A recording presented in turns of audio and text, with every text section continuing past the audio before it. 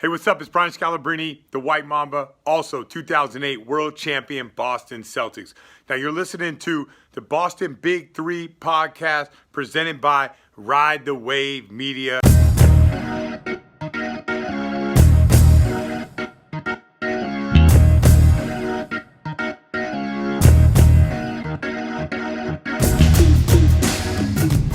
Welcome back to another episode of Boston's Big Three, episode 56, the Brian Scalabrine episode.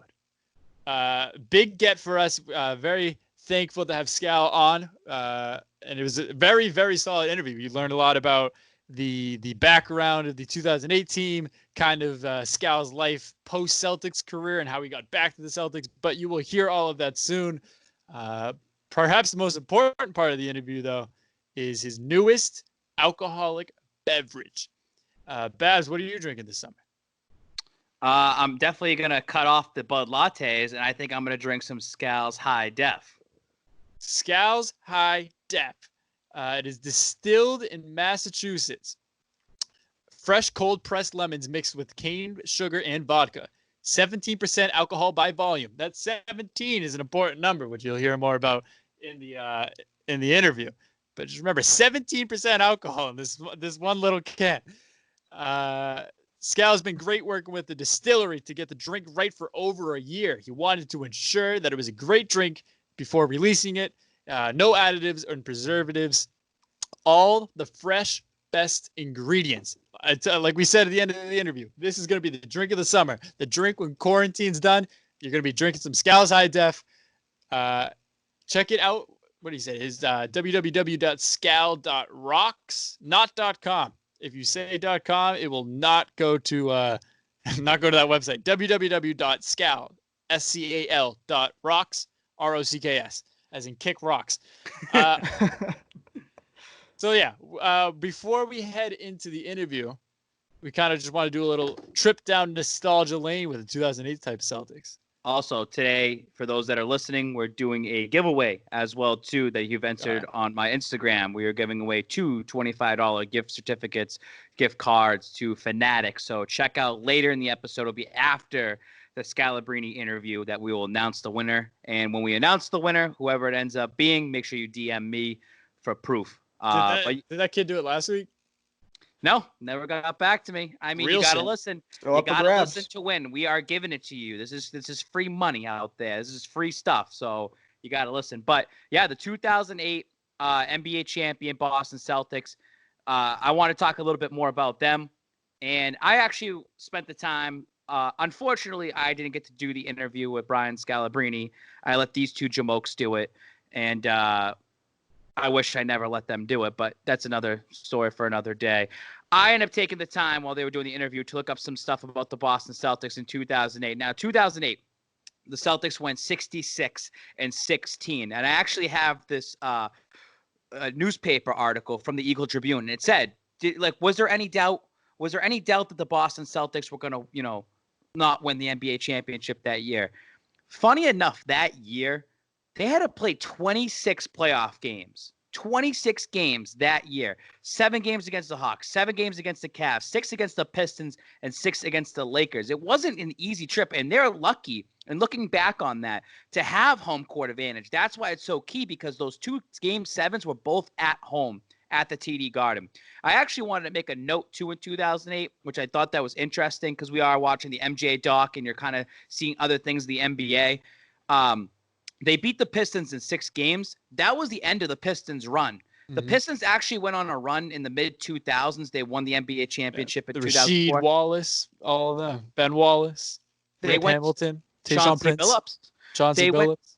They went to 6 consecutive Eastern Conference Finals, and the Boston Celtics were the team that ended that run. They ended them. And why this is important, because that's what ended up happening with the Boston Celtics down the line. Some interesting things about 2008. Ray Allen does not get enough credit by Boston. I know that he was sort of a snake and left and went to the Heat, and I can understand why fans are mad. And I think long-term that if you look back on that season, Ray Allen was so key for that championship run. Something that I thought that was interesting, too, in 2008. Kevin Garnett was getting paid $23 million. Paul Pierce and Ray Allen both made $16 million.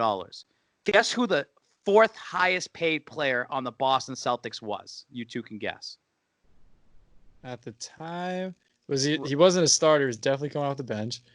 I wouldn't get off the bench. Do you think it was He off the had bench? to. I It's not Rondo, and I don't think it was Perk. I don't think it was Perk. My only guess was I could only. You're both wrong. Rondo. It was Kendrick Perkins. Kendrick Really? Perkins made $4 million. Well, yeah, I was show. That's I a didn't big think it was a lot. gap. And that's what I want to show is that big gap that back then in 2008, and this is just for the listeners and the viewers out there to kind of paint a picture of the NBA, because the Celtics were that first team that really put the big three together. That's why we're called the Boston's Big Three. It's really a nod to Paul Pierce, Kevin Garnett, Ray Allen, the Boston Celtics of 2008. It really is. They kind of put that big three together that happened in the 80s. And it happened in the early 90s. You had those teams, those superpower, but they were the ones to do it in the new generation.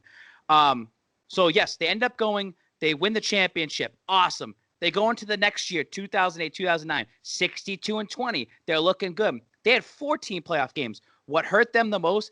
KG got lost in February. He got hurt. He was done for the season. 7 games against the Bulls.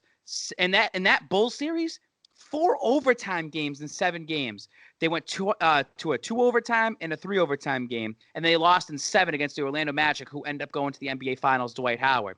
Peak Dwight Howard years. You get KG back, then the next year they go 50-32. They have 24 playoff games now. So 24 playoff games. So just in 3 years alone, you have 26, you have 14 and 24, which I think in my math on the top of my head is 64. Yep. 64 games. You take those 3 players on the Boston Celtics, KG, Paul Pierce, Ray Allen, that are up there in age already. They already played almost in another entire season within 3 years. And they went another 24 games. What was interesting about that playoff run, they ended the Cleveland Cavaliers' first stint with LeBron James. They ended that. They were up 3-2 against the Los Angeles Lakers, and they blew that. And it's because Kendrick Perkins did get hurt. Down, yeah. And that's the thing that I saw Lakers fans in the 2008 thing when they were replaying it earlier when quarantine started and everyone was just putting up throwback games. All these Laker fans are saying that, if Andrew Bynum was healthy, then the Celtics would have lost. If KG was healthy the following year, if Perk stayed healthy, we were looking at a 3 in a row. Like, we were looking at a dynasty. And that's the purpose of why I wanted to kind of bring this all together and talk about it, is the what if of the Boston Celtics in that 2008 and the 6 years that kind of came off of this. Because in that 3-year time period, they had the tools to win 3 straight championships. Absolutely. If KG never got hurt that 1 year in 2008 to 2009, I think that they could have went on to the NBA Finals again. What they struggled in that Lakers game, the second time they played them, was big man. Rebounding. They've always struggled against rebounding. In the 2010-2011 season, they had 9 playoff games. They swept the Knicks. They end up losing to the Heat. That's when LeBron was like, you know what? These guys want to form their own superpower team. They kicked my ass too many times. I'm going down to Miami. I'm grabbing Chris Bosh. I'm grabbing a few other players, and we're going to pull this together. And 2010, 2011 was the beginning of the end of the Boston Celtics run, because in the following season, they had 20 playoff games. They had it was a shortened season, but they had 6 against the Hawks, 7 against the Philly. They lost 7 against the Heat. That's when LeBron James, they were up 3-2, and LeBron James went to LeBron James mode, and back-to-back games absolutely killed it. The following year was the last year, 2012 to 2013. They were 3rd in the Atlantic Division. So all these years prior to that, those 5 years, they were first, and they were starting to slip away. And it's unfortunate now. We're trying to look back on this, and it's unfortunate to say they had something pieced together. It wasn't a gimme. It wasn't a layup. Like I said, look at how many playoff games they had. They had freaking 6, 20, 9, 26, 14, 24. It's like a season and a half of playoff games they had on top of that with aging superstars on top of it. Well, but two things off that. Like, people forget the year that it was Heat Thunder in the finals. Celtics were up on the Heat 3-2 in that series. The Celtics were supposed to be playing the Thunder in that series, the KD, Harden, Westbrook Thunder. And then kind of like you were just saying, all these extra seasons, as much as I hate LeBron as a player, he played he's played 17 seasons technically. He made 6-7 finals in a row. He's probably played about 22, 23 seasons if you combine all the games together. Yeah. That is an insane, like we were talking about. Their body is eventually going to take a toll, but the fact that separates the Tom Brady's, the LeBron James of the world from, I guess, just all-stars, not perennial players. Well, Paul Pierce and Kevin Garnett, Ray Allen didn't have or don't have the modern medicine that LeBron has, the access to the stuff that he has. I think it's also interesting, too, that you look at, yes, they did 26 playoff games. They won the championship. They had to go to 4 overtimes against the Bulls the next year. They were up 3-2 on the Lakers the following year to win an NBA championship. 2 years later, they're up 3-2, Game 7 Eastern Conference Finals, and they blew that as well. The Boston Celtics, that 2008 team, like, awesome. It's great that Pierce got recognized for what he is. KG gets his ring. And it was great for Ray Allen to have his first. Brian Scalabrine getting one as well, too. But I'm looking at that, and you look back on it and say, that team wasn't really a deadly team. It's just like you knew they were going to be good, but they had to earn a lot of that. They had to go through a lot. Like, they weren't just like sweeping teams. And it's unfortunate because Danny Ainge put something together, and it worked, and it did work. But LeBron and the league caught up to it real quick, and then that's when the league kind of just it's like the second fastest man in the entire world. Nobody knows about him because he ran against Usain Bolt every time. It's just you happen to be born in the same era as LeBron James and you're playing basketball. Baz, before we talk more about any of this Celtic stuff, I'm going to let you take back what you said about Kevin Garnett. Do you still think his jersey should be retired in the Celtics? No, I still don't think so. Right. I will rep Kevin Garnett. I think that, again, he can have that Celtic pride, and he's and you believe in him, and he brings that entertainment excitement. But let me tell you something. When we just named all the stuff that happened in those 6 years of the Boston Celtics, if they won another championship, if they won 2 championships, I would give it to Kevin Garnett. I think 1 championship is just not enough to throw him in the rafters. What about the culture change that we always talked about? Yeah. See, the fact that you haven't listened to the interview yet, you're still talking. This is the part that I'm looking forward to. You can keep getting all your stuff up now. But when we talked to Scal about KG's number being retired, and he has some fighting words for people who disagree that. And you know what? Maybe it was good I wasn't on the interview, because I would have fought with him tooth and nail about it. I mean, Scal, we might as well just throw your number up there as well, because everybody gets their number retired on the Boston Celtics. That's just how it is, and we have to accept it. I'm saying if I was running an organization, these numbers that are supposed to be retired should not just be thrown up there because they win a championship. Like we said, the New York Yankees have won 27 championships, and I believe they only have like 11 numbers retired. The Los Angeles Lakers, who've won 16, 17 championships, only have like 6 numbers retired. That's how it should be. It should be, to get your number retired means so much more. Now, we can go back on Celtics history and look at all the numbers retired, and you can make a case for a lot of people. I completely agree. It's just kind of egregious that someone comes in here, he changes the culture, quote unquote. Okay, Scal. So does that mean if Marcus Smart wins one this year, Marcus Smart's number gets retired? Because he kind of changed the culture. But we already had this conversation. Marcus Smart isn't going to get his number retired because he's not Kevin Garnett numbers. He's not all-star. He's just a fan favorite. That's like Scal. If Scal changed the culture, put it the exact same numbers, that's the same type of thing. So you might as well just if they win this year, Jaylen Brown's number gets retired, right? Like it's just like Gordon Hayward's number gets retired. Like it just. Why should Ray Allen's number get retired? What Ray Allen's number should be retired? Because he's the outcast. I think like all that big 3, they are pushing him away from that culture. Oh, Rajon Rondo's number should be retired. I mean, just retire everybody's number. You're digging yourself in a hole, man. I don't think. I think that the Kevin Garnett thing.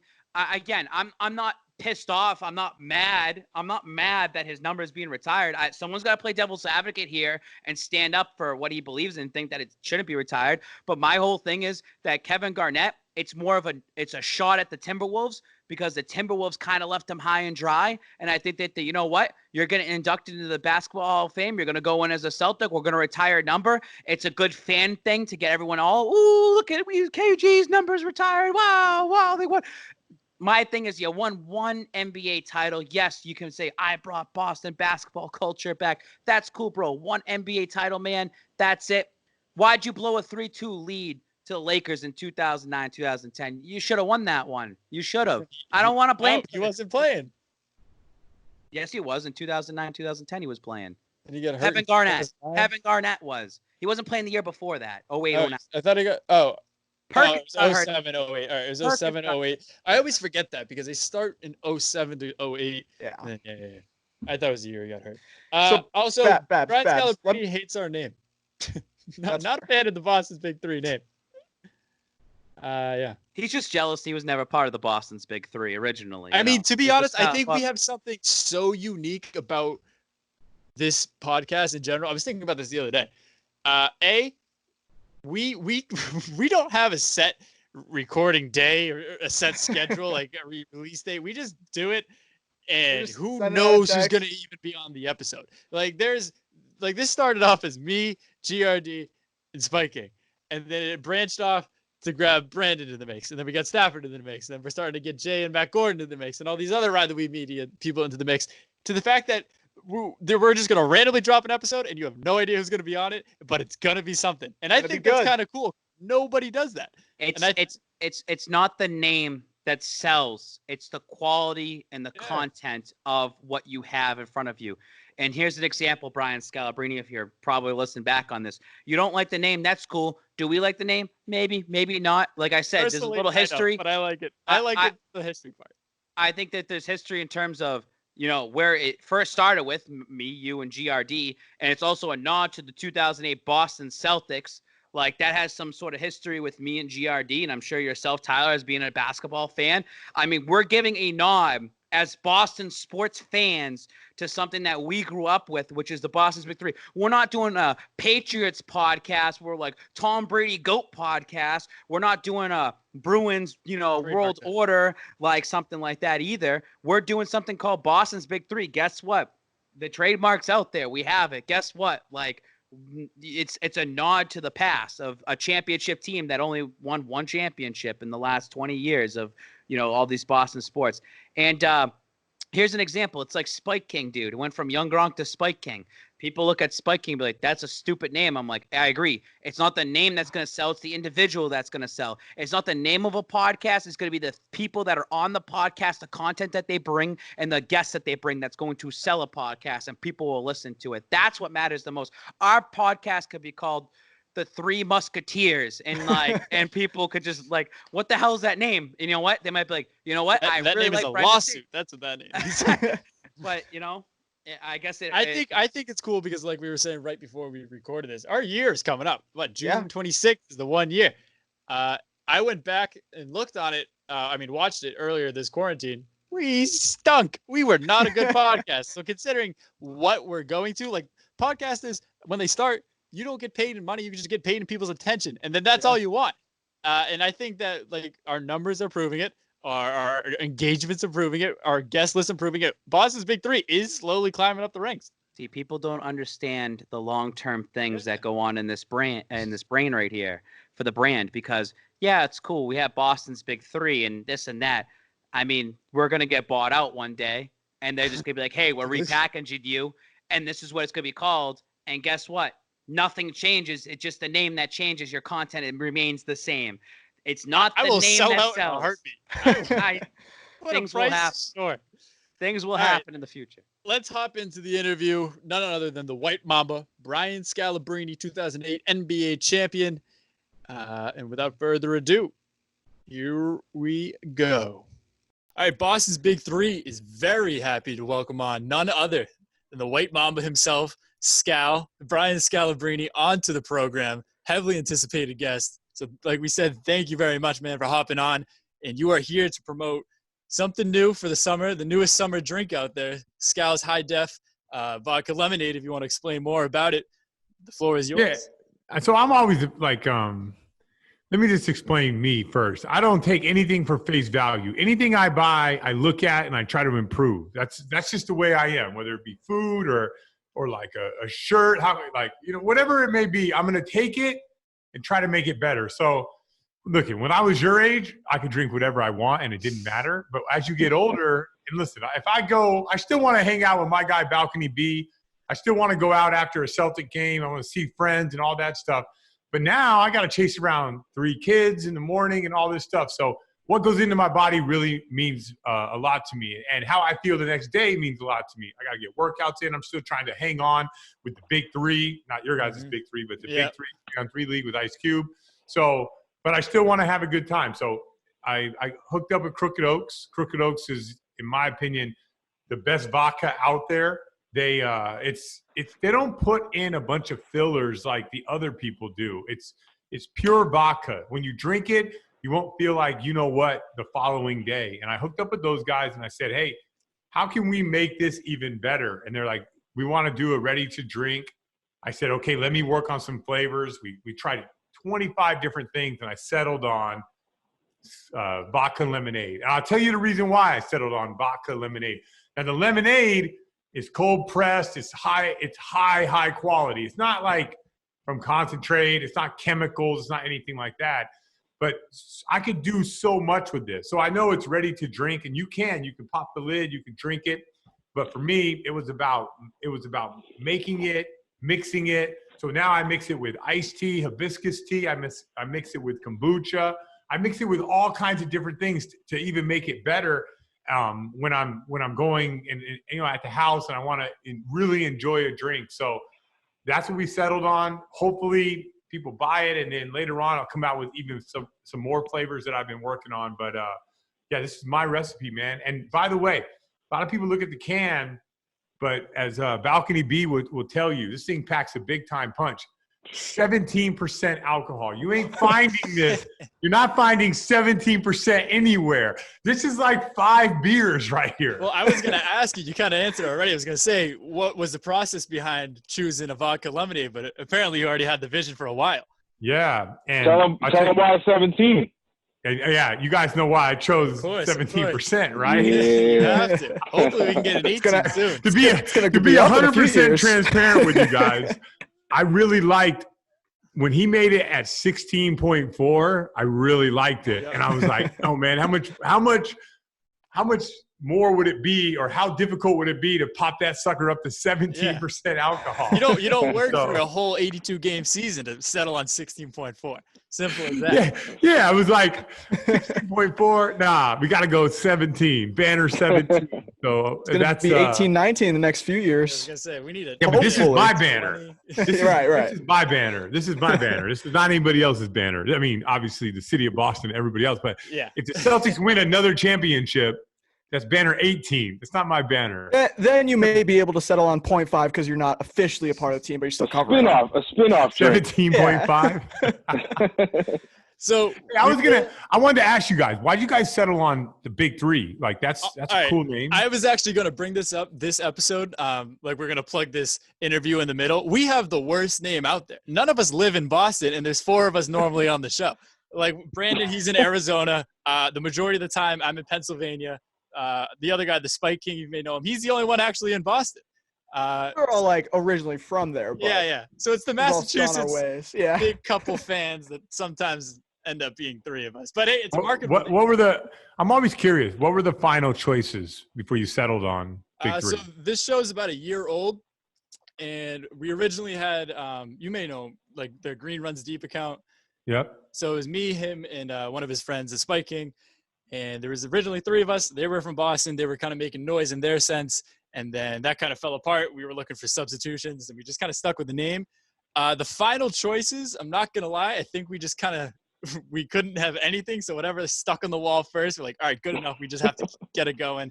And a year later, we still got it. But, hey, it's a marketable name. Yeah. All right. Yeah, I mean, I lived through that. So the big 3, it means a lot to me. So I just was wondering. I can assure you that the big 3 that you lived through will be substantially better than this big 3. Before we get into that, though, I want to talk about basically when you were kind of going from high school to college and then eventually into the NBA, how you started your career. You go to USC, but originally you were at Highline College.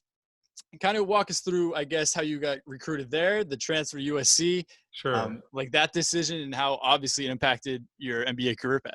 So I wasn't very good as a young player. Like I was cut from the freshman team, JV as a sophomore. I worked my way up. So I was like late on the radar. when I got really good, like going into my senior year, like I never prepared to go to like college with core classes or anything like that. Like my school that I went to never had a Division I athlete. So I didn't know any of these things. We just took these standard classes, whatever. So I was a non-qualifier. But even though I still only had one half scholarship to a Division II school called Seattle Pacific University.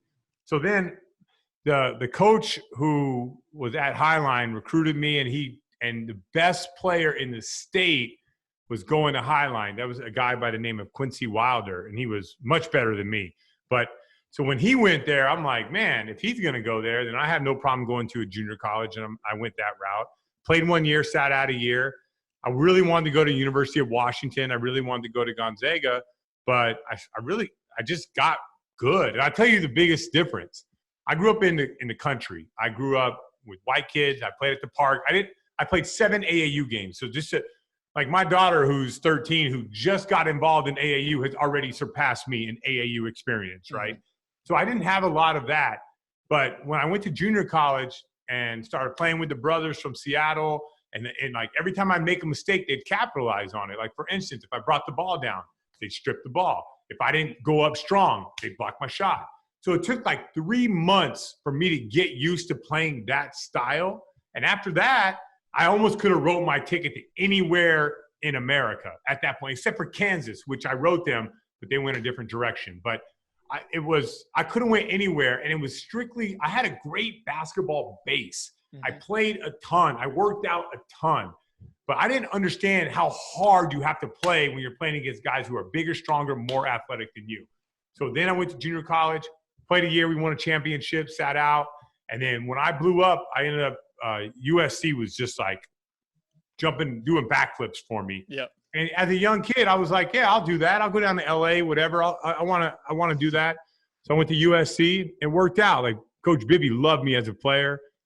I started every game except for one game. You know, it was just a perfect fit for me because I was so outside of my comfort zone that I grew. And I wouldn't have never made it if I would have took the easy road and went to Oregon or Washington. Mm-hmm. Not because of those schools aren't as good. It's just I had to go to LA. I had to my eyes had to be eyes wide open. The only way I was going to make it was to be thrown into the lion's den and learn how to survive in that. And that's what I did. And it really helped me through the rest of my life, not just basketball, outside. When things are chaotic like this thing right now going in, coronavirus, I can thrive in any environment. I need 1 week to adapt, and I can thrive in any environment. And I think a lot of that has to do with choosing to go down to LA and getting thrown down into the middle of Los Angeles from a kid that grew up in the sticks. Well, speaking of that, the couple of years later, you go from the West Coast to the East Coast, which eventually becomes basically your permanent home. You get drafted by the Nets, and you have a unique experience that not a lot of NBA players out there get. Your first 2 years in the league, you make it to the NBA Finals.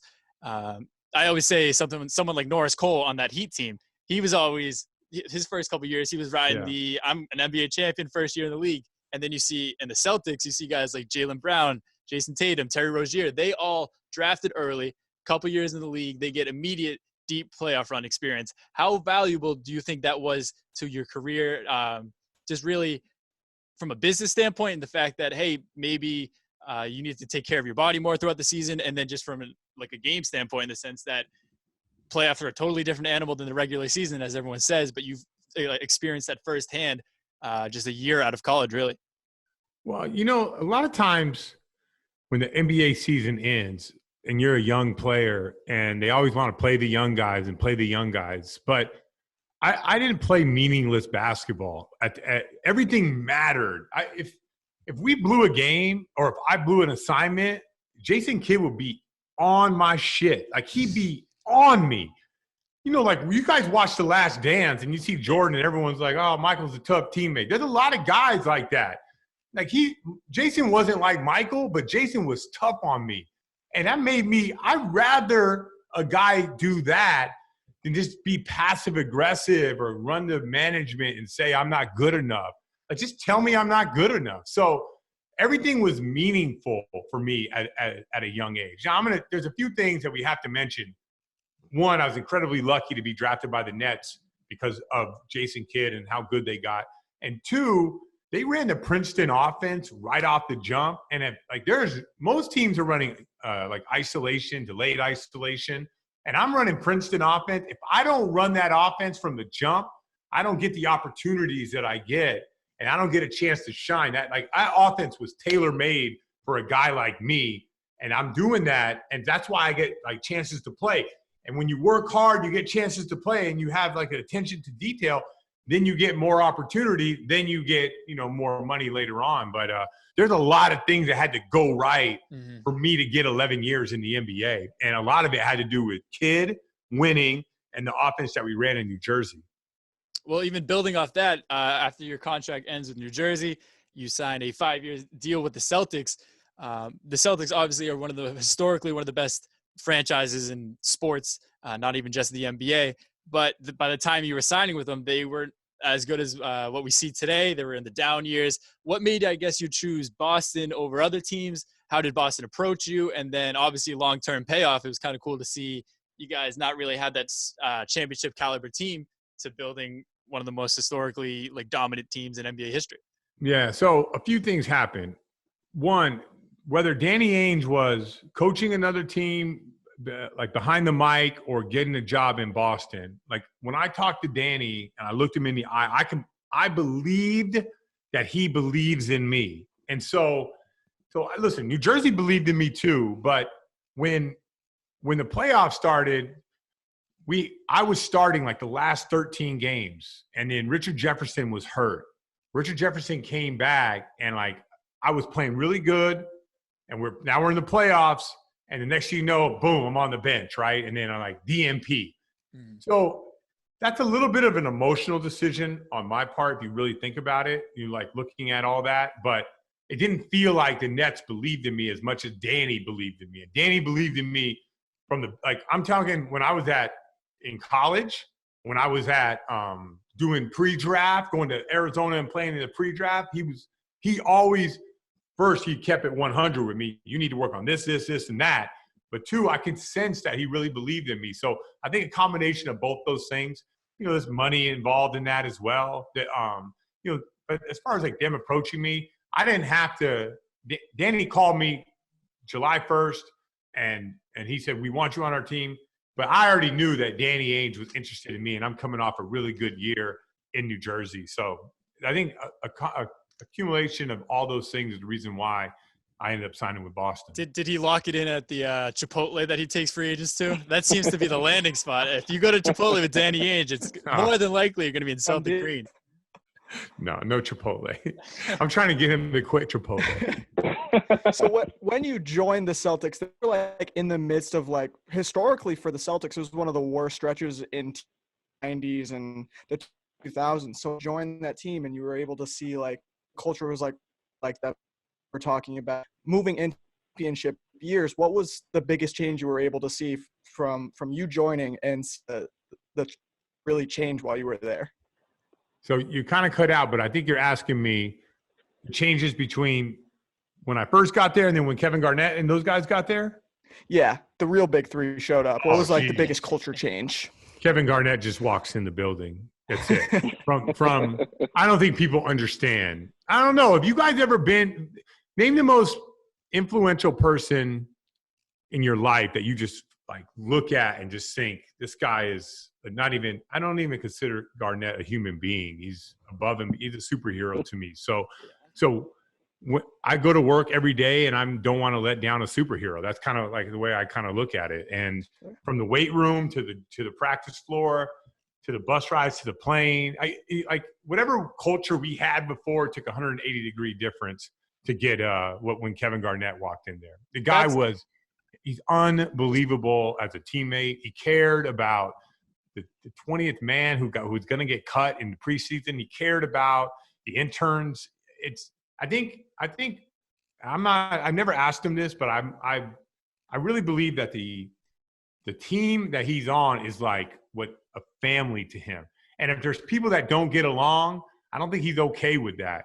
If someone has beef with him, I don't think he's okay with that. I think he wants everyone on the same page for us to win it all. But I think Jason Kidd was great, yeah. and and everything, but I've never been around anybody like Garnett. Well, when Garnett's number got See, that's- retired, you see all these people saying, "Oh, KG's number shouldn't get retired." I know we talked about this. I think it was the most heated discussion of all time. Kevin Garnett is my favorite basketball player ever, and I simply said, like you were saying, the culture completely changed. Everybody knew it. Everybody said it, but everyone's arguing, "Oh, you're gonna retire a guy's number off of one championship and a culture change." I'm like, yeah, exactly. That's what happened, and the fact He that turned you're it around. saying the same stuff only helps my case. So I thank you for taking that side because I was arguing against these guys who weren't listening to anything I was saying. Who would ever say that Garnett would not get like that's People I looking think for like clicks.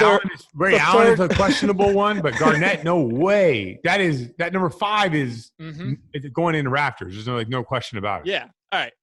Now that we're on the logical sense, we can all just agree that if you didn't think that Kevin Garnett shouldn't have his number retired, you were just wrong. And his teammate even said it. Simple as that. Yeah, no, I don't. See, that's why the balcony bow is replacing the spring on. Believe that number 5 should not be in Boston. Balcony B, who is your favorite Celtic of all time? All time. You know, I gotta say I love the intensity of Garnett, but I gotta give it to Pierce for everything he kind of endured and went through to get to where he got to. But no doubt, I'm with you right there with what KG brought to the table for the team, the intensity and getting over to the corner on the floor, pumping his chest and getting everybody in the game. Like that intensity, man, was crazy. But yeah, I would definitely have to say just Pierce for what he kind of endured and went through and stuck with the team. And it was cool to be there last year when he got his number up in the rafters too. Yeah. You were close third though. You're definitely a close third. You know that. Speaking of Pierce, though, you saw him as soon as you get to Boston. You see, I guess he was the biggest star on the team. Obviously, you had the Antoine Walker years, but then Pierce stuck with the Celtics. You eventually get Allen. You eventually get Garnett. You eventually get that 2008 team. Was there a leadership stance that kind of took a turn once these guys come into Boston? Because you see all these documentaries saying Pierce, really, he was just a kid right there. And then when 08 came, that's when he transitioned to a full-blown leader. Everyone makes up their own story. So as the person who actually lived it. Yeah, I went through both of it. Thing. Yeah, I mean, like the one thing about leadership and leadership style, I didn't have a problem with the way that Pierce was before. But when it came to before Garnett got there, but when it comes to when KG got there, he was so hyper focused on winning a championship. He was not, and I think people confuse this, and we're seeing this with The Last Dance again, is Jordan was being Jordan. He didn't care about what other people thought about his leadership style. He was trying to win. Like, it's so hard in the NBA to win, to also care about other people and all these other things. Like, no, you have to be authentic to who you are, and people have to follow you. And if not, then, I mean, there's really no room for you on the team. That's how this thing works. So if Pierce rubbed guys the wrong way in training camp and practice, or he challenged dudes, I will say this, the guy loves to hoop. He loves to compete. And I'll tell you a story. Pierce had an okay game, whatever. Played 36, 37 minutes. Right away, on the way out, he's like, be at the gym tomorrow at 9 a.m. He wanted to play one-on-one. He said he knew I would be there, so we played one-on-one. He only went right and only worked on a step back because he happened to miss that shot. And he's like, I'm going to get this shot down. 3 games later, he hits the step back. He walks to the bench. He nods his head. Like, to me, that's leadership. That's not even say a word, hey, man, remember when you helped me with this and that? No, I know. He knows this is how it is. And I don't think people recognize how important it is in the NBA to be authentic to who you are, and that is what people will follow. So when you guys win the championship in 2008, I need you to walk me through the team celebration. I needed you to walk me through you and your friend and family celebration, how those differed. What was that like during the, I guess, that championship parade during the 2008 victory lap after that summer? Yeah, so I definitely wish I would have won another championship because I really didn't know what to do. If I would have won another championship, this is what I would have done. One, I would have been front and center when they took the team photo, like right in the front, holding that bad boy, right? I don't care what anybody says, right? Well. 2, I would have hit the podium up real quick and then got back to the locker room, because popping bottles in a locker room after you win is one of the funnest things I've ever done. 3, I would have went out that night and then just hung with the people of Boston, walking up and down the street, all that stuff. And then 4, I would have took like 10 pictures with the deal, but I would have tried to get in a KG picture, a Paul Pierce picture. I only got pictures of the trophy with my family. I wish I had more than just that. So that's how I would redo it. And even though I did all those things, it's very haphazard, not knowing what to do. I guarantee you, though, I'd be partying with Balcony Boa, and we'd just be running bar to bar, like just celebrating with the people. Drinking Scal's high def. Drinking some Scal's, of course. That's right, baby. That's right. So, Scal, when you think Celtic pride, what does Celtic pride mean to you? It's just about winning, man. That's it. It's like having Celtic pride to me is playing for your teammates, but winning basketball, sharing the ball, wanting everyone around you to have success, and you have your own success, right? It's like not just about me. It's like the opposite of Kyrie Irving. I mean, that's the best way to describe it. Facts, man. Facts. That's a good point. So let me take you back. November 5th, 2010. You're at the Garden, but you're wearing a Bulls jersey. Now, unlike Mr. Irving, the crowd loved you. What was that game like when you came out to the Garden wearing another jersey? You know, I'll tell you, I'm going to be real with you, Balcony B. I checked in. It was the weirdest game ever. I got the tribute video, shout out, and then I checked in. We blew out the Celtics, so I'm at the end of the game. The refs called a foul on me. The crowd booed him.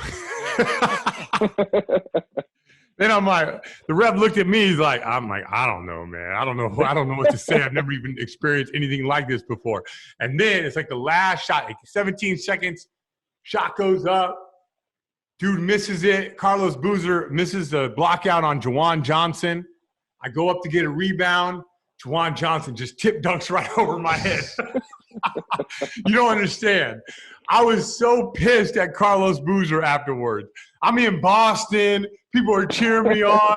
He misses the block out, and the dude just dunks on my head with 17 seconds to go. Were you I'm so mad. But it was good times, man. It's good. Hey, listen. Anytime my relationship with the city of Boston, my relationship with the organization is like no other. You can't even imagine it. Being a professional athlete or a former professional athlete in Boston is something that we're the movie stars of Hollywood, right? But everyone also respects space and keeps it moving, and it knows exactly how to say, like, I'm with my kids. Hey, Scal, let's go. Let's beat the Lakers. Or, hey, are they going to do it this year? Or I hate Kyrie Irving, like things like that. You know, like people always saying stuff like that. But I love the city. I love Boston. I love like just the way that the relationship of the former athlete and the city. Absolutely, because you had options when you retired. You had options. You were coaching. You had different things that you could do, but you chose to come back and join the TV and stay with the Celtics. So what was that decision like going through the head? No, man, Docking B was the hardest thing I ever had to do. Thibodeau wanted me to coach.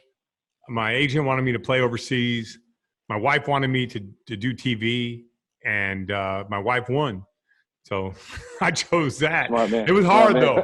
It was hard, man. Yeah. It wasn't easy. It was the hardest decision. And then afterwards, I ended up coaching the Warriors the following year because it was something that I had the itch to see what it was like. But now I'm like pretty solidified. I really know this is what I want to do. I want to, I want to be in the media game, and I want to cover the Celtics. It's my favorite team. Well, that was actually what I was going to ask you. You just said you were coaching with the Warriors. You were surrounded by the young Steph Curry, the young Klay Thompson, the young Draymond Green. Did you have any idea of what this team would become literally just 2 years later? Well, I don't know about the best team ever, but the reason I went there, I had a lot of jobs. Like Oklahoma City was interested in me, New Orleans was interested in me, but what sold me on the Warriors, which no one, I don't know, maybe some people saw it. You remember the Denver series and then the San Antonio series. Like Steph Curry and those guys were unbelievable. Klay Thompson, the shooting, the size, Bogut, and Draymond Green was like really not even he was in the conversation. I didn't realize how good Draymond was until I got there. And I was begging Mark Jackson to start Draymond. I love Draymond. I thought David Lee would have been great coming off the bench, but one guy's making $80 million, one guy's making $5, whatever. It's a business, whatever the reason it was, right? But no, man, I was a year too early. I thought we were going to win the championship when I went there. I was certain that we would be the best team.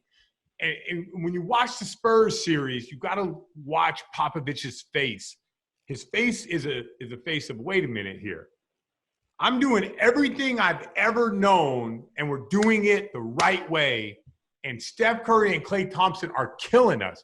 So do I make an adjustment and I throw away everything I've ever known about basketball because these two guys are like doing things that we've never seen before? Or do I stick to my guns? Well, luckily, they had poise and they won down the stretch and all these things, and they ended up winning that series. But from that series on, I thought the Warriors were going to be a special team. Like, I thought I would go there and win 3-4 championships. That's what I really thought. Well, you eventually do come back to Boston, like we were talking about, taking an analyst job. How important was that decision, I guess, to your career, your family life, where you want to live, where you want to have your kids grow up and all of that? How important is it just to come back to Boston? Well, I think more than anything, after coaching for that year, I knew exactly what I wanted to be in my life. I value my free time. I value my family. And with my broadcasting schedule, to a certain extent, I can control that. From a coaching standpoint, I could not control that. So another thing, I'm from Seattle. And when you start comparing like the education and the opportunity out here than out there, I just think from where I grew up, it's just such a better place for them to grow up. So all those decisions came into play. And then it's just being an analyst for a team. I had offers from ESPN to do that. I just feel like being with a team is something that I've always wanted to do. I never thought about being a national broadcaster or anything like that. I've always wanted to be tied into a team. So, I mean, the answer after I coached that year was pretty easy for me to make this decision. Last few questions, but I do want to talk about your time in the Big Three, as you mentioned at the beginning of this podcast. You joined the Ball Hogs. I was actually covering one of the Providence games when you guys were down there. I was there just kind of see what I could get out of it. What is the different, I guess, about the Big Three? It's a small startup company. What made you attracted to it? What made you kind of stick with it? And really just how is it? I know in the post-game press conferences, it's an intense game. If you guys haven't seen it live, you guys are still going hard. You guys are still competing at a very, very high level. It's not just an average pickup 3-on-3 game. It's very entertaining. No, I think the thing that attracted me to it is you can't replicate the competition when you retire. That's gone. No matter, I like hooping with my boys, but like playing against guys who are younger, still playing overseas and all that stuff, it motivates me to continue to train and do all those things. As far as like the way that they organize it, it's really cool. A thing that I didn't realize was going to be really special was we came to Boston and we went to Providence. Remember, my kids were really young when I played. And now they're like, they get it. They watch the NBA and all that stuff. So having my kids watch me play, that meant a lot to me as well. So there's been a lot of good things about it. So I just got email today that they're going to postpone the season because of COVID and all that other stuff. So that was actually my follow-up.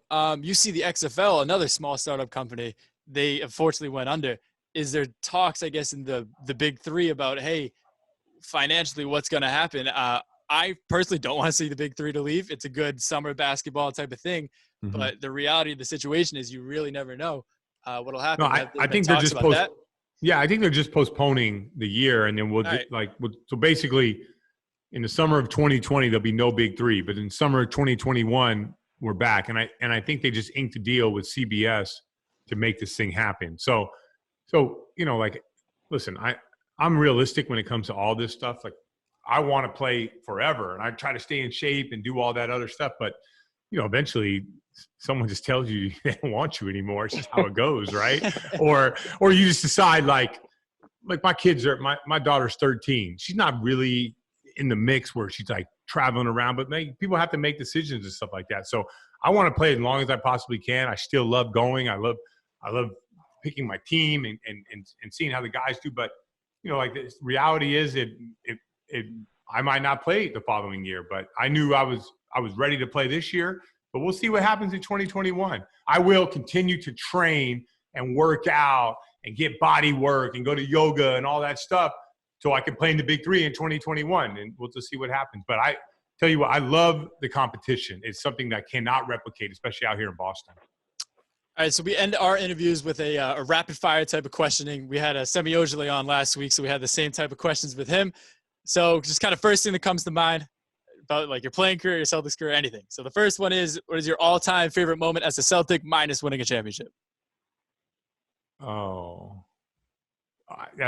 this is a really confusing one. Besides the championship, the obvious one. Yeah, the obvious one, right? But besides that one, it's Rome. Like, okay, week in Rome, it made me realize that this is complete.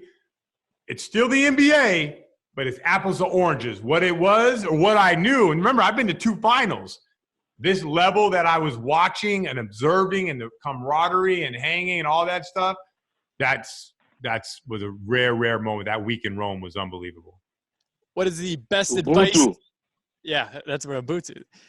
Best advice Tommy Heinsohn and Mike Gorman ever gave you as an analyst? Be yourself.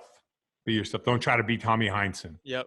Yeah, if you try to do that, you'll lose. Just be yourself. People eventually start to like you. Who's your favorite teammate you ever played with? So it's my favorite teammate of all time is Garnett for many reasons. Yep. The influence he has over my life and my family. But I love playing with Jason Kidd. It's like he'd get you 10 points a game in the NBA. I swear to God. Sign me up. I'll take the NBA money. I don't think for 10 you. points. Like, I went from no disrespect to Marcus Banks. I like Marcus Banks a lot. He's a good dude, but I went from Kidd to Banks, and I was like, "Whoa, what is this?" Jason Kidd throws the ball to you, and that ball hits you right on the seams. Like you cut to the basket, he only throws it to you. You ever play pickup and you cut, and the guy throws it to you, and the guy standing right in front of you, and you just run him over? When you play with Jason Kidd, when that ball comes, just jump because he's already determined if there's a guy there or not. He's like a quarterback that never leads you into like the strong safety. He makes the game so easy, and to dive into it, he just eliminates variable for you. Mm-hmm. When he passes you the ball, shoot it. When you cut and he throws it, go up strong. He's already figured all the other stuff out. I don't even have to figure that stuff out. And last one was your favorite part about living in Boston? Ooh, I think my favorite part. For my life, knowing that my kids and the education and all the stuff that it provides. I have a life, and then I have Yeah. But I think my favorite part of Boston is hopefully it's May and I'm going to Celtic games. Mm-hmm. There's not you have to admit, like going when the weather is different and you walk out there after like enduring the cold, and now we're in the playoffs and every game is like, oh my God, are we gonna win? Are we gonna lose? What am I gonna do right now? That's my favorite part about Boston. And listen, regular season's a grind, but playoffs, man, once you get past that first round, everything feels different after that. I really right now really miss that time at playoff basketball. Yeah, and even then, last year you have every other night. What was Bruins Celtics? So that whole Garden area was electric every single night. No doubt. Thank you very much, Scal, for hopping on. Like we said, a very anticipated episode, and definitely delivered. We appreciate you hopping on. If you want to one more time, Scal's High Def. You guys go to listen. It's www.scal.rocks, not .com afterwards. Just scal.rocks. Yeah, and then when we all get out of quarantine, you'll find the drink. It's great. The drink of the summer, I've been hearing. As soon as we get out of quarantine, that White Claw Scal's coming. Let's go. Let's get it done. All right. Thank you very much, Scal. And hopefully we can see you on here again sometime soon. You got it, guys. In case you didn't realize, Brandon got absolutely blown out of the water by his audio. I mean, it was just an absolute brutal beatdown. it happens. Thank you very much, Scal, for hopping on the pod. However, I think this was my favorite interview that we've done personally because like Scal's just a natural storyteller. His job is literally to paint like a picture as he's a sideline reporter. He's an analyst. So I think that was kind of cool to hear. He would literally just go side story after side story. I would have one main question and a bag of tricks would open with all these other side stories. So it's kind of cool. I learned way more about, I guess, that 2008 team, I guess, Scal's life in just general, how he's going to transition now. And then even his time in the Big Three. We were talking about what the future of that is with Corona based off like the XFL, small startup company, kind of just revamping. Not a small startup, but I'm saying it's not the NFL compared to like that small startup. And it failed because of Corona. I was wondering if that was going to happen with Big Three. Doesn't sound like it, which is good. It kind of gets a feeder system maybe back into the NBA. And you even heard Scal say the competition for retired players, it never goes away. And that's where people can go hash it out. I think back to the Kevin Garnett thing, hearing Scal talk about that guy and just the culture change that he brought. Like I've always considered KG as like this just great player who was brought into Boston's system and just worked, and it worked well for him, bringing the Celtics to a championship and eventually losing a few more. But hearing Scal talk about it firsthand about like how impactful this guy was on the staff in the Celtics organization, the players around him, just the culture change that he brought, and how respectful he was, and like he was actually a real human being talking to all these like players' families and checking in on people. I think that was like the real game changer for me. Like just I've talked about, he's just been a player, just a guy that was brought in, and now he's elevated to so much more in my mind. That's cool. You can make an award called the Kevin Garnett Award that you give out every single year that you can keep representing what it means to be a Celtic, because that's something that he could be memorized every single year instead of his number being stuck up there, number 5. And then in 20 years from now, the newer generation is going to be like, who the hell's number 5? And they won't know who Kevin Garnett is. That's just like some of those. And that's like some of those numbers. That's true.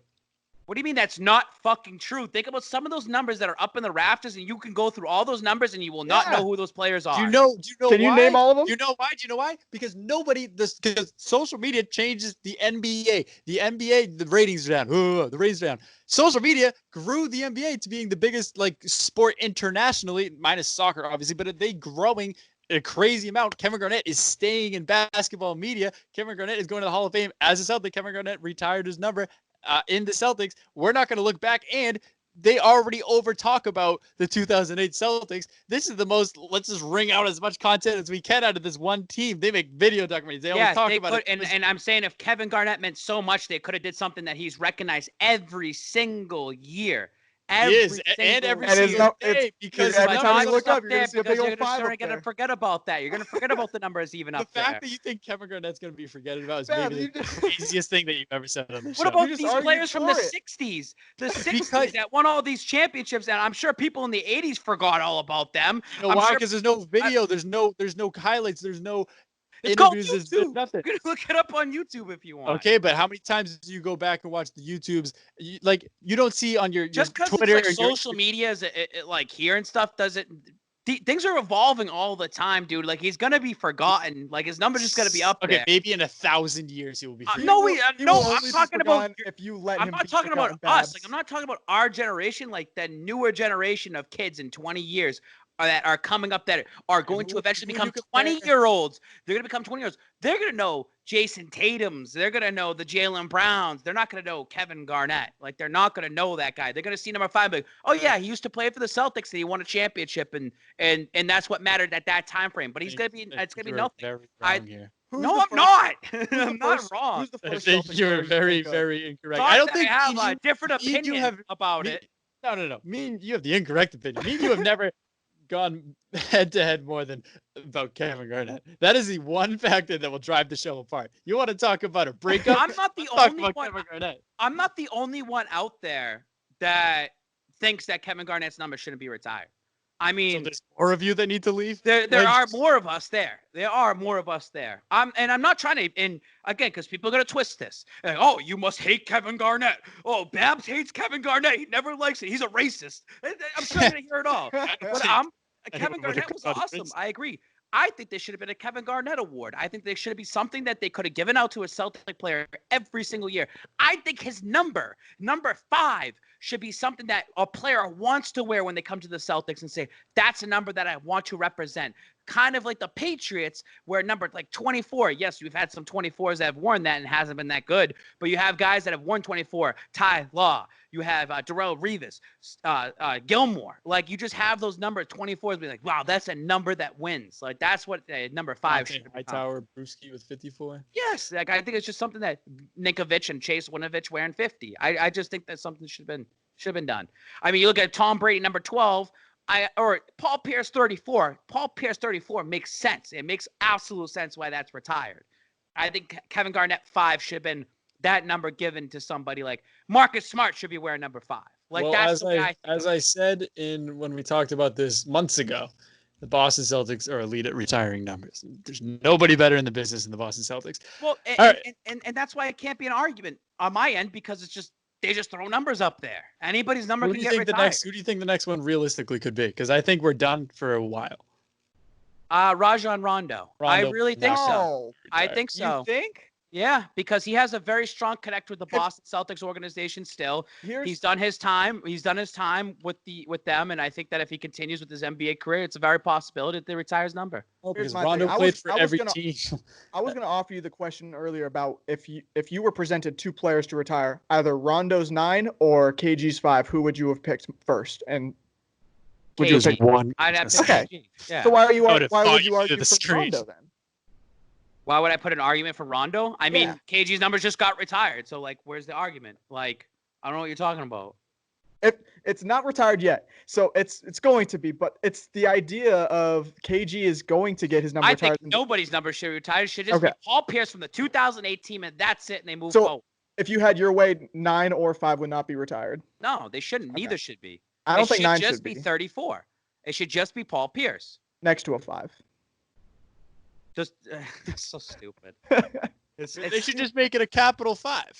Yeah, lowercase 5. Like, they should have. Yeah, they should just have Garnett's name there. It just says Garnett. Like that's it. Not even his number. Just a Garnett. Like just throw it up there.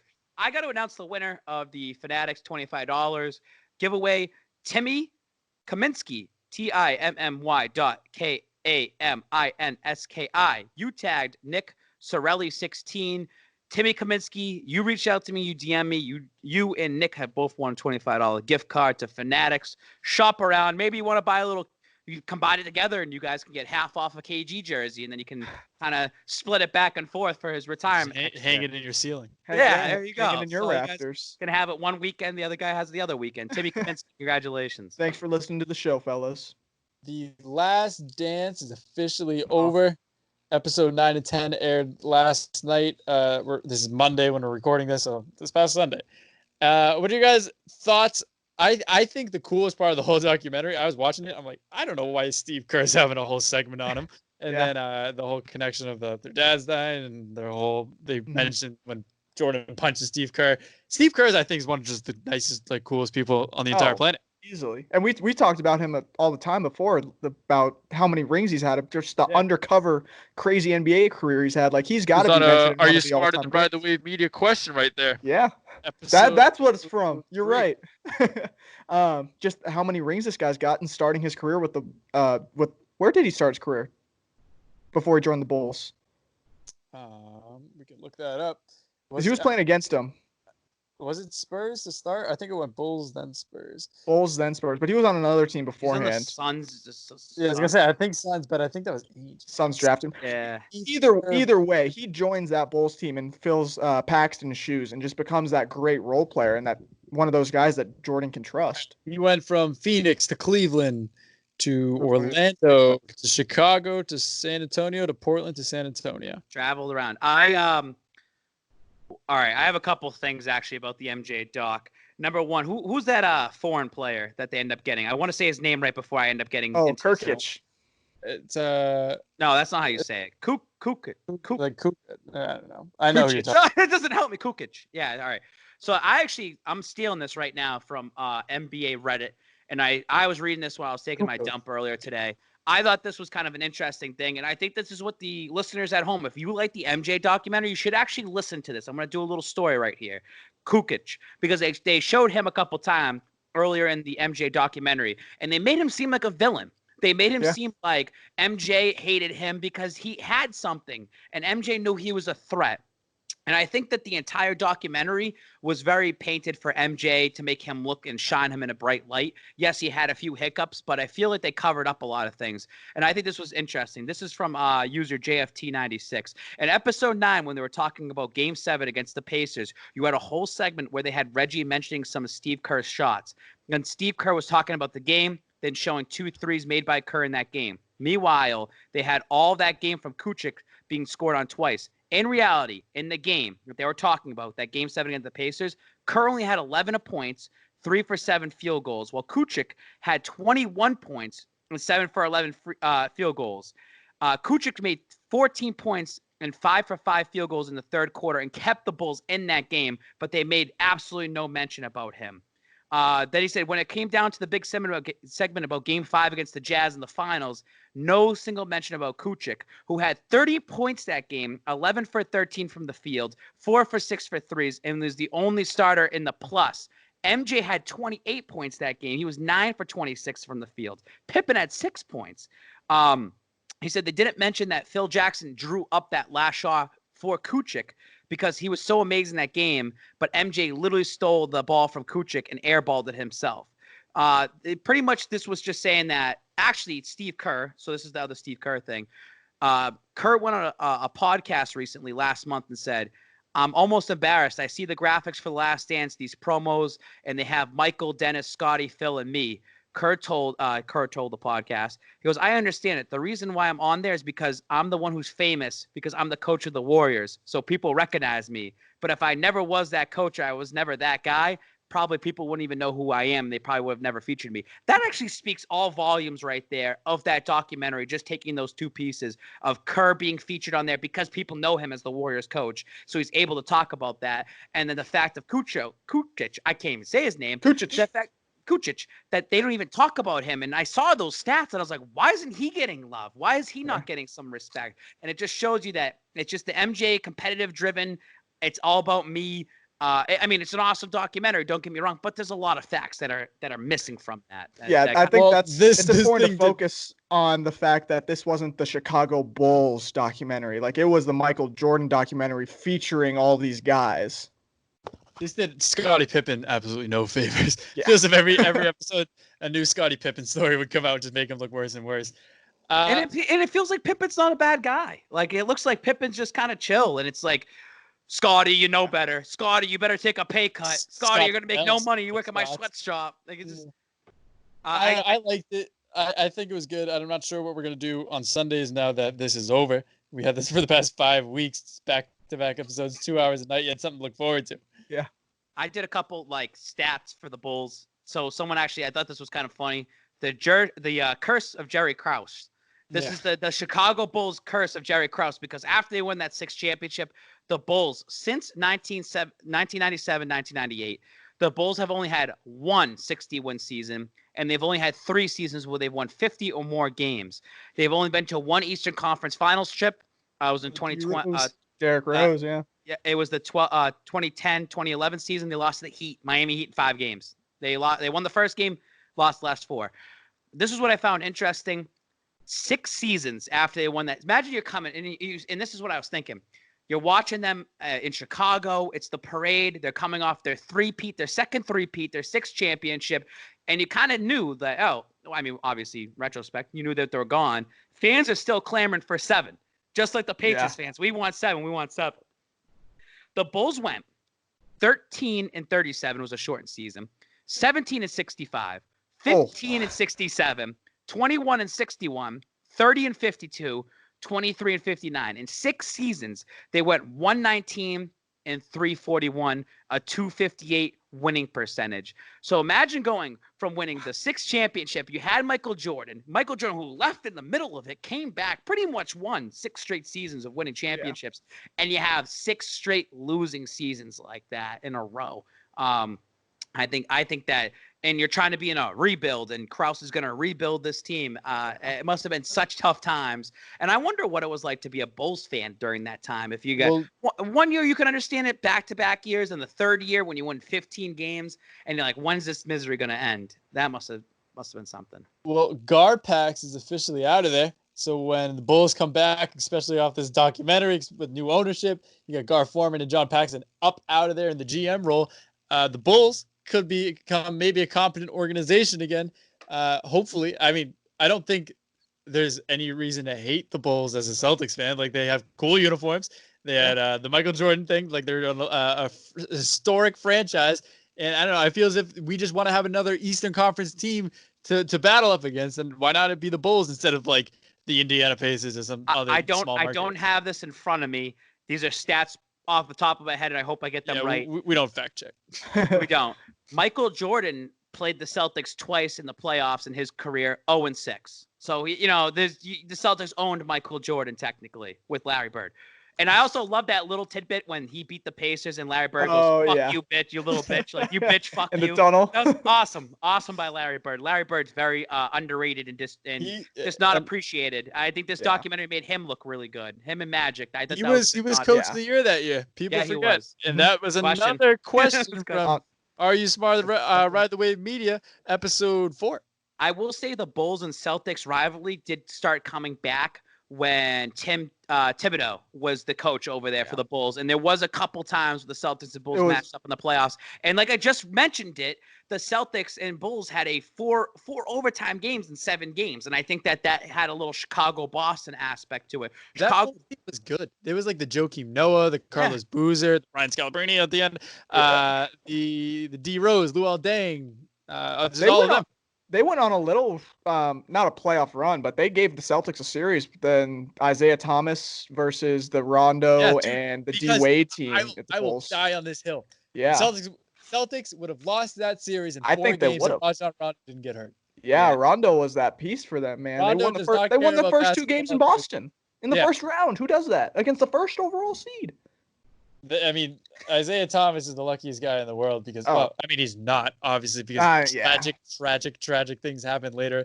But I'm saying, if it weren't for Rondo getting hurt, Isaiah Thomas might have not become Isaiah Thomas. Like, all the illustrious things came in the second round, the third round, and just didn't work out. But maybe it would have been a good thing because maybe we don't all get brokenhearted when he gets traded to Cleveland and then all get all upset at Kyrie Irving for just being Kyrie Irving. Who knows what history would have looked like. Took a shot at Kyrie Irving. Just just an unprecedented one. Nobody asked him about it. He just took a shot. I respect it. Whenever you can get one off. I obviously did not listen to the interview. Did he talk about like his future? What are some of his future goals? If you don't mind telling me. More flavors for the high def lemonade. I requested strawberry. Yeah, I mean, are you sure you requested it and they heard you, or like is that the one question you got in? No, Brandon's audio was crisp, clean, and perfect until we clicked record, and then he just threw his phone in like a garbage disposal or something. All right, Ride the Wave Survivor. Speaking of Brandon Watabe being on the hot seat, he's officially, I think there's less than an hour, I think. I think it's almost actually ending right now, and I'll double check, but it was 9 votes. I think you're up by 9 votes against Matt Gordon. So it ended literally right now. It's you won. It's 205 to 196. 205 votes for Matt Gordon. All right, so it looks like Boston's big 3 and Lane are the last ones left in Ride the Wave Survivor. And Masters Lane. Yeah, I know. So Boston's big 3 and Lane. So we're all right, as a podcast, we got to get Lane up out of here. And if Lane understands the content side of this, Lane, take a hike, pal. I'm a big Masters Lane fan, but buddy, we need to start cranking out some listens, some downloads. Boston's big 3 needs to team up together right now, and I will make sure that I tell you guys everyone vote Lane. Everyone just vote him. Get him off. Lane, buddy, you don't stand a chance, pal. Unless I go into the hot seat again, we'll see. I genuinely don't know where I stand. I have 4 total votes, and I don't know if it's because people like me. I'm saying because it's people like me, but people might just not know me. It's not like I don't do anything. But it's not like I don't do anything for Ride the Wave. It's like I put my face out there a good amount of the time. I've been on this podcast for like a year. I've been doing everything. I've been doing stuff with Corey. I've been doing stuff with Babs. I've been doing stuff with literally everybody in Ride the Wave, basically. And maybe people just like me. That's what I thought. I thought people just didn't know who I was. But then my phone was blowing up when the the post was about who you have to comment for. I was getting all kinds of notifications. I didn't know what for, and I realized you guys posted that, and I was like, these people, they'll turn their back on you, Tyler. Yeah, I think it's just someone sees Brandon Watabe commented twice. It's like, oh, that's the popular one. Hammer. Also, Stafford, I don't know if you're listening to this. You didn't even put up a single fight. I think Baz, when he held his nose, I died laughing at that. I'm like, Stafford, pal, we need to see some energy. We don't care if you put up, we don't care about the analytics, dude. Just flex. You have to make fun of Babs. You have to throw some shots. Nobody cares what you do. It's what Babs doesn't do. Stafford folds so easily. Just like in Are You Smarter Than Ride the Wave Media? When just recapping some of these episodes, I find some of them funny. I think the last episode, a little cringeworthy, last episode that you had. I'm excited for the Bruins. It's all about my cast, dude. I got to work with the cards I'm given. But Stafford's team was rolling, and then they just crumbled at the end, and Stafford looked miserable. It's a tough rule. It's a tough rule. I was working it with Wes because we were trying to think like the best way to do it. The semifinals is a changed rule for the last round. Because everybody wants to complain. Everybody at Ride the Wave Media is unbelievable at complaining. It's crazy. And WWE is not a sports trivia question. No, I'll go to my grave with that. No, WWE is a sport. Sports entertainment. I mean, wrestling's a sport. But is golf a sport? You should know who Andre the Giant and Kurt Angle is. Those are household names. I do now know who they are. I did not going into the show. I do now know who those two guys are. Watch WWE growing up? I never did. Baseball. Buddy, in your second life, if reincarnation's a thing, just hammer WWE. Just become a wrestler. Michelle and I will be sitting here watching it, and I'll be screaming at the TV like just the answer right away, and just like seeing like someone like I don't know what it is. There was the last episode. The last episode, there was just the first or second question. They were just like, they used their full 45 seconds. It was a layup question. I forget what it was. I think that was the Andre the Giant one. I got to work with my cast. I got to edit some stuff down. I don't know. I think obviously the views aren't getting in the thousands. Nobody expects them to, but I think people actually enjoy it. It's entertaining. I know the Ride the Wave guys. They actually look forward to it, which is kind of the reason I'm just doing it. I'm like, hey, whatever, man. However, we are going to preview something right now because why not? Season 2 of Are You Smarter Than Ride the Wave Media will not be considered Are You Smarter Than Ride the Wave Media, but is instead going to be Ride the Wave Jeopardy. Same type of rules, 3v3 teams. I want to get more people involved. And I think you need a bigger bracket. I think that you get more that's what I was going to say. We need a bigger bracket. I think you need to work on the cheating aspect. There was a lot of that's hand up. In my defense, when I'm recording, I'm looking at the timer to see how much time we have left before all of it gets erased. I have half of my screen covered by the questions I got to answer, and then the other half is the timer in my bottom right. So I really only see like the top corner of my screen. If you don't want to follow the honor system and you want to cheat your way to a victory, hey, whatever helps you sleep at night, pal. You just got a little asterisk by it. I hope you get some stale Pete's Pop food. Well, I think an expired gift card at the end. What you need to do, and this is a trial and error. The first game show, you understand it. You need to have people sit this far away when they're talking. I think that because I've seen a couple guys. I know it's a bad audio. Just shout. Not bad audio, bad visual. I don't care. I don't care, dude. Like it should be out here. I think that these people should be out here. Jay got thrown in the mud by a burner account, which he did. Oh yeah. I think Jay didn't cheat. Him and Zolot, not Zolak, and Brandon's team. They wrote. They're a big writer team, and I do see the paper. So I think that how's this visual? How's this visual right here? Because if you have your hands like that for the whole time, though, these people, your hands up. Your hands should be up like this at all times. Your hand should always be up. Hands up. Hands up should be always hands up. That's how it should always be. Well, to finish, like to answer the question, are you smarter than Ride the Wave? Probably. I mean, right now, we have 2 fan teams made it to the semifinals. That's what you want to see. And then we had one Ride the Wave team and Brandon's team, Goat Milk. Goat Milk's still there. BWO is going up against what is the name? Oh, Team Blue Team. I swear to God, I called them Team Blue like 100 times during this thing, and Wes genuinely is like, "Dude, we're not Team Blue. We're Blue." I'm like, I was 99% sure Wes texted me Team Blue. Do so I just people kept- know that Like, Wes that's- is going to be on that I episode? did not know until right now. There you go. You just spoiled I'm it, excited Tyler. for it now. Now All I right, know well, that blue Wes- team's All right, gonna sorry win. I dropped the teaser. Now I know the blue team's gonna win Wes- because W- that's the Wes, a smartest guy former- on the planet. A former Ride the Wave guy is like, you know what? I'm going against them. And unfortunately, that was the one episode that I got spoiled. I wanted no spoilers because I have nothing to do with this, and I was spoiled about it because I was talked to about it. But it's the most anticipated episode out there. I'm I cannot excited wait for to it. watch it. I think it'll be So funny. far, this is gonna be episode 5 out of the 5 episodes. The BWO one is must watch. They are an electric factory. And when is Who's that on the dropping, BWO? Tyler? It's dropping Wednesday. Who's What'd you on say? that team? Who's on the team? The BWO team. We have Masters Lane, soon to be kicked off the Ride the Wave Island. We have Bruins Warrior, soon to probably build his own island. And Nick K. Mezzi, who is just an absolute electric factory in his own right. And you just have 3 high energy guys. Like, I Yeah, don't know what to do. It looked like I could just feel them coming through my screen. Just it was something. You guys definitely got to watch that. But Ride the Wave Jeopardy is going to be season 2. More details will be posted soon. I'm gonna make it a little more visually appealing. I know it's tedious to see blah blah blah, same faces and questions. I want to do more interactive stuff. Like we said, we're gonna be in quarantine for a bit. This is a couple weeks first trial what we're gonna do, and I don't mind doing it. I like doing them. Might as well Can keep Matt doing Gordon be the daily double where you like? Okay, he comes in. It's a video of him. This is what I was gonna do. I could show you the text to prove it. I just never got around to it because I had to film. Scheduling filming time is the hardest part about this whole thing. I told Matt, like, for the last round, I wanted him to say the question, and I would just, like, put his video up. But I think I'm going to do, like, something like that with Jeopardy because that would just make more sense, like a daily double. I'm also running out of sports trivia questions. I found 2 boxes of, like, sports trivia, like, cards. Like, you just find, like, the cards. So I'm going to have to start digging into those. But I might be the smartest trivia sports guy out there now. I just know all the answers.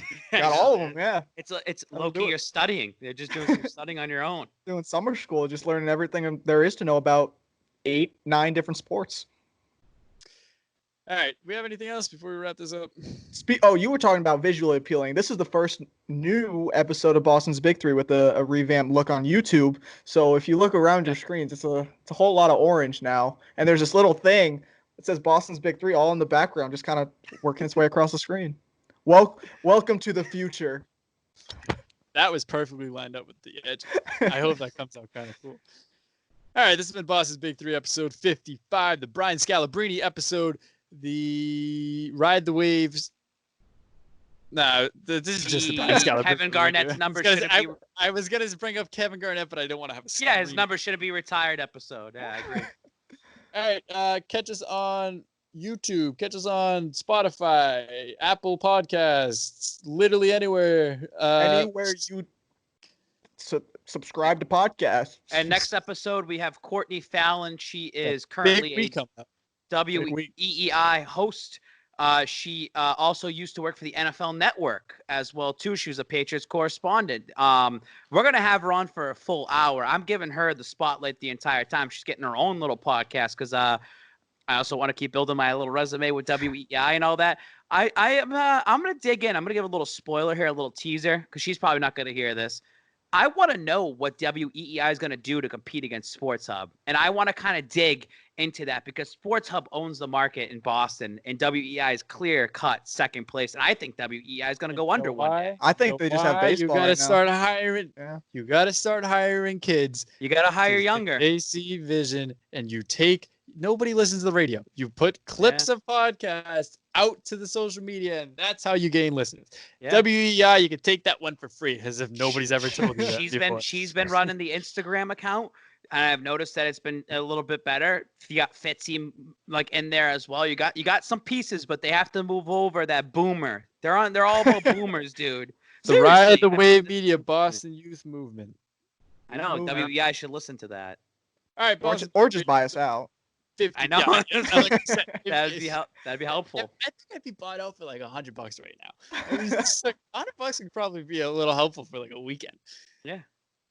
Just go get your money somewhere else, man. They bought you out. You're now under their payroll. I'd sell out. What payroll exists here? All right, Boss's Big 3 episode.